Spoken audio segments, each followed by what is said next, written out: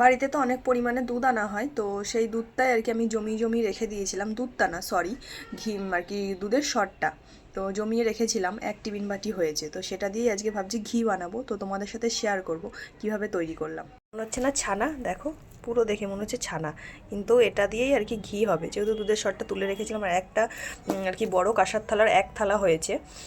তো এটাকে চটকাচ্ছি, চটকে নিয়ে তারপরে আর কি ভালো করে মাখনটা জল দিয়ে বের করে নেবো, তারপরে ঘিটাকে বসিয়ে দেবো। দেখো দারুণ লাগছে দেখতে, ছানার মতো দেখতে লাগছিল। এখন দেখো কি সুন্দর মাখনটা বেরিয়ে গেছে।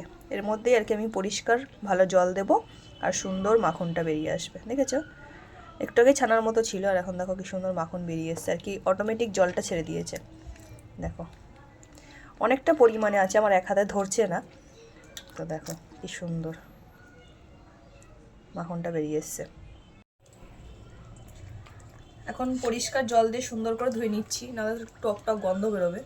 সেই জন্য দেখো একবার ধুয়ে ফেলে দিয়েছি, এরকম দুধের মতো জল বেরিয়েছে। আর এই যে লাস্ট ধোবো, দেখো কি সুন্দর মাখন একদম।